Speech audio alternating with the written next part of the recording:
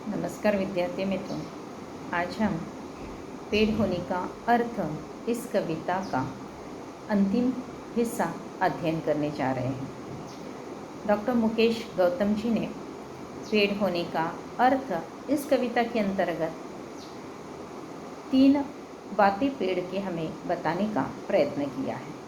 3 शीर्षक के अंतर्गत 3 हिस्सों में ये कविता विभाजित है। पहला हिस्सा हमने देखा है, पेड़ आदमी नहीं होता है। दूसरा हिस्सा देखा है, हौसला है पेड़, आदमी पेड़ नहीं हो सकता है, हौसला है पेड़। और तीसरा हिस्सा, अंतिम हिस्सा जो आज हम देखने वाले हैं वह है दाता है पेड़। पेड़ केवल देने का काम करता है, दाता है और इसीलिए उसे दाता कहा गया है। दरअसल देखिए, जहाँ पर हम दाता मतलब देने वाला, इसका थोड़ा सा हम अर्थ अगर समझ लेते हैं तो ये एक बात स्पष्ट हो जाती है कि दाता मतलब जैसे कि मैंने कोई चीज़ किसी को देनी है, दे डाली, फिर उसके बाद वह चीज़ फिर से मेरे पास लौट कर आए, इसकी अपेक्षा न करते हुए जब कोई चीज़ हम किसी को दे डालते हैं तो बस उसकी अपेक्षा हमें नहीं करनी है। एक बार दे दिया तो दे दिया। इस तरह से यहाँ पर पेड़ का ये जो गुण है, ये गुण हमें अपनाना है। देखिए, अगर किसी को हमें देना है, दे दिया तो कोई बात नहीं है, तो उसे हमें पुनः वापस नहीं लेना है। और यही बात हमें पेड़ बताता है। पेड़ की तरफ हम थोड़ा सा भी ध्यान देते हैं, सूक्ष्म विचार करते हैं, जो कि कवि ने यहाँ पर किया है। देखें, कवि ने यहाँ पर विचार कौन सा किया है कि पेड़ एक केवल पेड़ है, लेकिन वह हमारे लिए किस तरीके से उपयुक्त है, किस तरीके से वह काम करता है, किस तरीके से वह निस्वार्थ भावना से किसी से कोई अपेक्षा न रखते हुए जो पेड़ का काम है, वह पेड़ का कार्य हमें सीखना है, हमें अपने जीवन में उतारने का बिल्कुल थोड़ा भी क्यों न हो, लेकिन प्रयत्न करना है। देखिए, इस दृष्टि से आज हमें देखना है पेड़ दाता है। पेड़ दाता मतलब देना, एक बार दे दिया मतलब दे दिया, उससे कोई अपेक्षा नहीं रखनी है। नहीं तो दरअसल अक्सर मनुष्य प्राणी में ये एक विचार होता है, वह देता निश्चित है। कुछ दानशूर लोग होते हैं, दे देते हैं। दानशूरता में हम यहाँ पर कर्ण का एक उदाहरण ले सकते हैं। देखें, जो कि महाभारत के अंतर्गत कर्ण हम देख चुके हैं कि किस तरीके से दानी, देने का भाव, देने का विचार जो है वह कर्ण का कैसे था। कर्ण एक बार दे दिया तो वह अपेक्षा नहीं रखता था कि उसका वह व्यक्ति क्या करेगा, अच्छा इस्तेमाल करेगा, बुरा करेगा, उससे उसका कुछ भी लेना देना नहीं होता था। वह बस दे दिया मतलब दे दिया। रोज वह दान करता था। दानशूरता का एक प्रतीक के रूप में हम उसकी तरफ, प्रतीक की अपेक्षा आदर्श मतलब देने का एक आदर्श कैसे होना चाहिए, इस दृष्टि से भी यहाँ पर हम कर्ण की तरफ देख सकते हैं। तो यहाँ आज हम देखते हैं कि पेड़ मतलब एक दाता है, और वह दाता कैसे है, किस तरीके से वह देने का काम करता है। तो कवि यहाँ पर जो हमें कविता के अंतर्गत बता रहे हैं, इस कविता को पहले हम पढ़ लेते हैं, उसका भी एक मज़ा लेते हैं, क्योंकि बहुत सुंदर अंतिम हिस्सा है। देखें, और बहुत बढ़िया तरीके से हमें यहाँ पर समझाने का कवि ने जो प्रयत्न किया है वह हमें समझ लेना है और उसका आनंद लेना है। और दूसरी बात ये है कि इस कविता का अर्थ, तात्पर्य अगर हम समझें तो एकदम ईजी है, आसान है, सहजता के साथ समझ में आए ऐसी सरल कविता है। और इसलिए ये केवल काव्य पंक्तियाँ भी हम पढ़ लेते हैं तो भी आपको भी अपने आप समझ में आएगा, इतनी आसान और सरल कविता है। तो देखते हैं कविता। जड़ तना, शाखा, पत्ती, पुष्प, फल और बीज। हमारे लिए ही तो है पेड़ की हर एक चीज़। किसी ने उससे पूजा, किसी ने उसको पूजा, किसी ने उस पर कुल्हाड़ी चलाई, किसी ने उस पर कुल्हाड़ी चलाई, पर कोई बताए क्या पेड़ ने एक बूंद भी आंसू गिराए? क्या पेड़ ने एक बूंद भी आंसू गिराई है? प्रश्न चिन्ह है। देखिए, इसका उत्तर हमें देना है कि सचमुच पेड़ ने आज तक एक भी आंसू नहीं गिराई है। मतलब देने से पेड़ यहाँ पर दुखी नहीं होता है, निस्वार्थ भाव से वह बस देता ही रहता है। हमारी सांसों के लिए शुद्ध हवा, हमारी सांसों के लिए शुद्ध हवा, बीमारी के लिए दवा, बीमारी के लिए दवा, शव यात्रा, शगुन या बारात, शव यात्रा, शगुन या बारात, सभी के लिए देता है पुष्पों की सौगात, सभी के लिए देता है पुष्पों की सौगात। आदिकाल से आज तक, आदिकाल से आज तक, सुबह शाम दिन रात, सुबह शाम दिन रात हमेशा देता आया है मनुष्य का साथ, हमेशा देता आया है मनुष्य का साथ। कभी को मिला कागज कलम स्याही, कभी को मिला कागज कलम स्याही, वैद्य हाकिम को दवाई, वैद्य हाकिम को दवाई, शासन या प्रशासन, शासन या प्रशासन, सभी के बैठने के लिए, सभी के बैठने के लिए कुर्सी मेज आसन, कुर्सी मेज आसन। जो हम उपयोग नहीं करें, जो हम उपयोग नहीं करें, वृक्ष के पास ऐसी एक भी नहीं है चीज़, वृक्ष के पास ऐसी एक भी नहीं है चीज़। जी हाँ, सच तो यह है कि, जी हाँ, सच तो यह है कि पेड़ संत है दधीची है, पेड़ संत है दधीची है। तो दोस्तों, यहाँ पर हम देखते हैं कि पेड़ हमें किस तरीके से दाता, देने वाला, निस्वार्थ भाव से देने वाला कैसे है। यहाँ हम देखते हैं पहला ही शब्द है जड़ तना। अब जड़ इस शब्द का अर्थ आपको कृति पत्रिका में जैसे कि भिन्नार्थ शब्द वाले शब्द परिच्छेद में से या काव्य पंक्तियों में से ढूंढकर लिखिए। यह भिन्नार्थ शब्द दिए जाएंगे, उसका भिन्न एक ही शब्द का भिन्नार्थ मतलब क्या है कि एक ही शब्द के दो या अधिक अर्थ जो होते हैं उसे भिन्नार्थक शब्द कहा जाता है।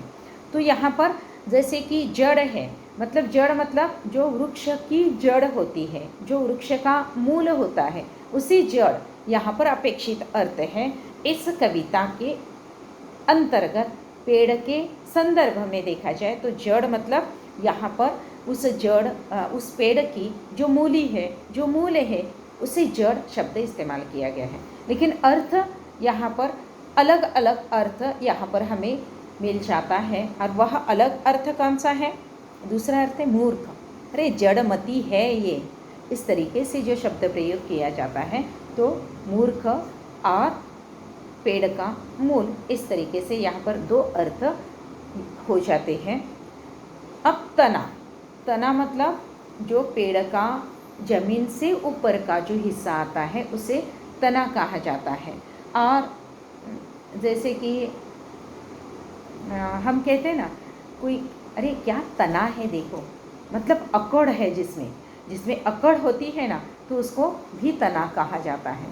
तन कर खड़ा है, अकड़ कर खड़ा है, इस तरीके से, इस दृष्टि से।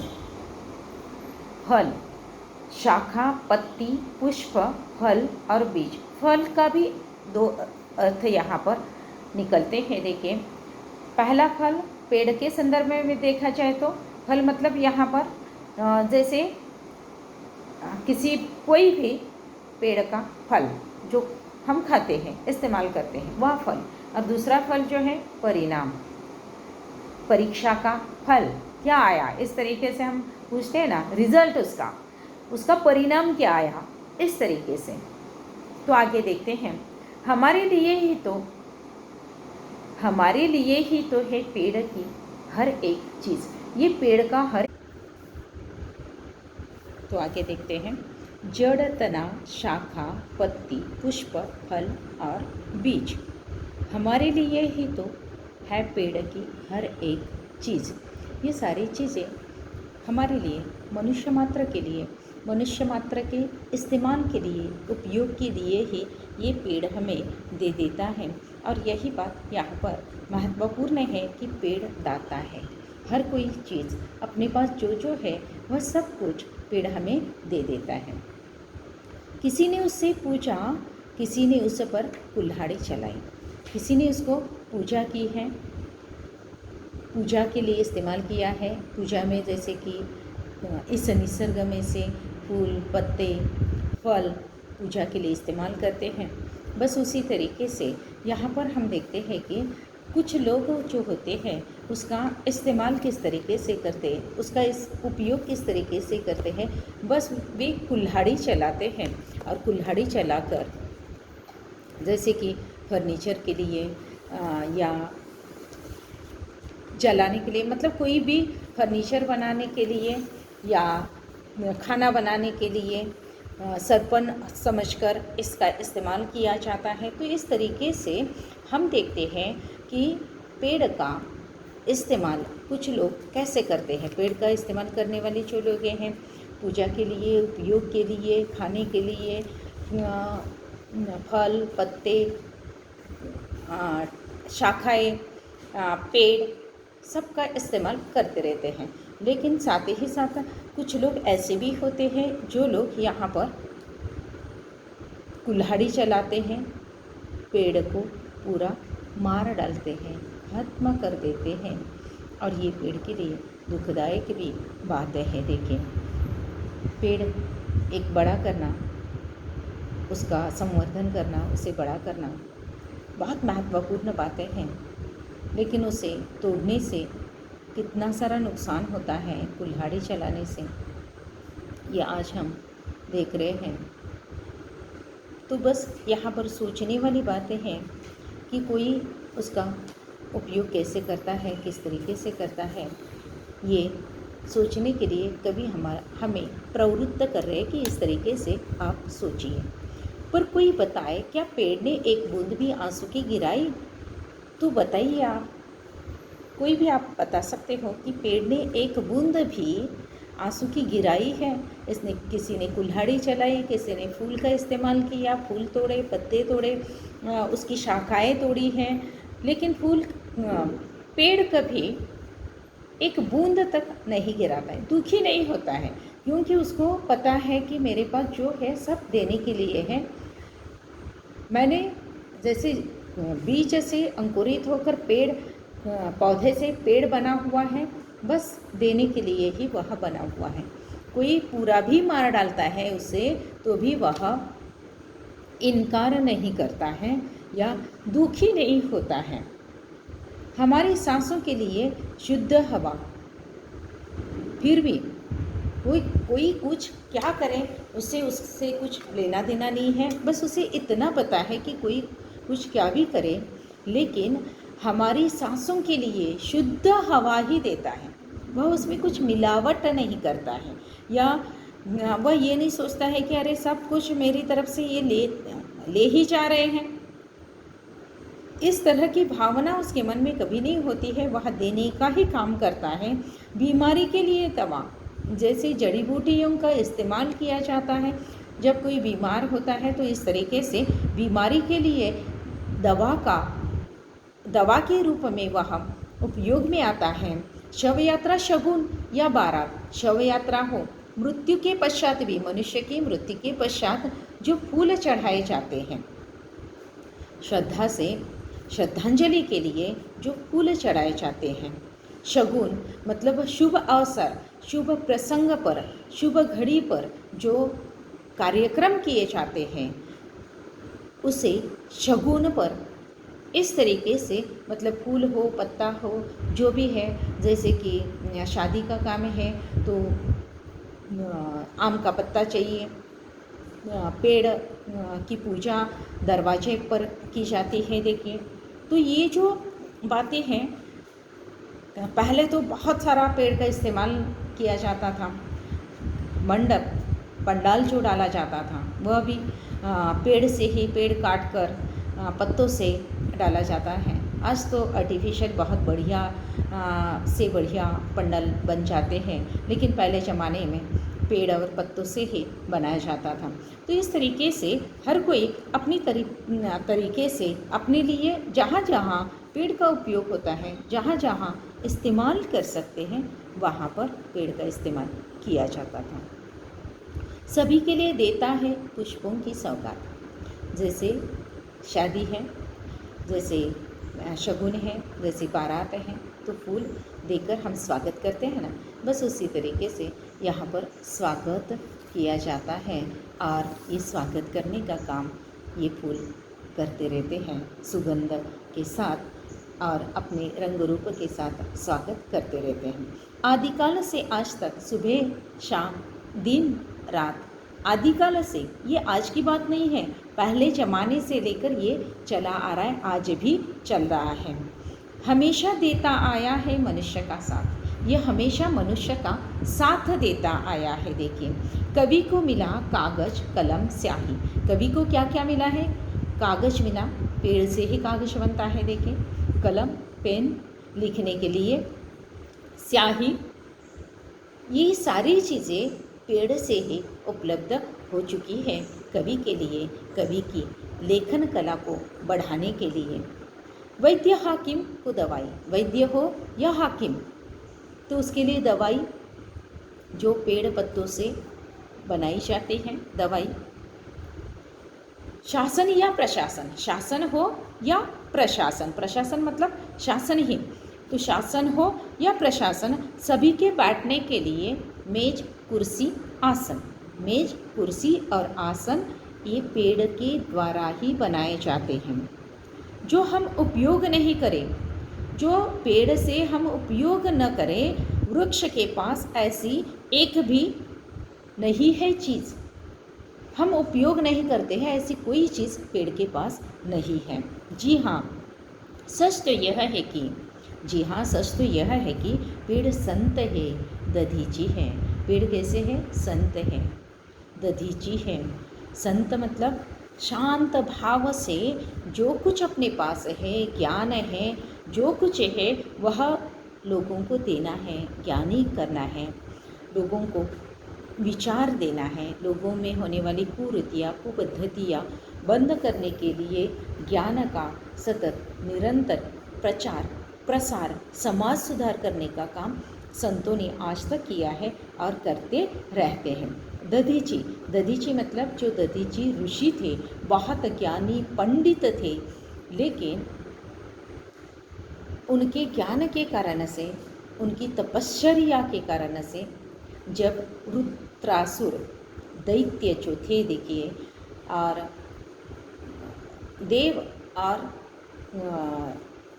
ये वृत्रासुर, इनके बीच में जब युद्ध हुआ तो उसे पराजित कर पाना देवों के लिए बहुत कठिन हो गया था। और उस वक्त ये बताया गया कि वृत्रासुर को अगर मारना है, उसको अगर उसके अन्याय अत्याचार को ख़त्म करना है, तो ऋषि दधीची द्वारा, दधीची के हड्डियाँ से जो शस्त्र बनेगा उससे ही उसकी मृत्यु हो सकती है।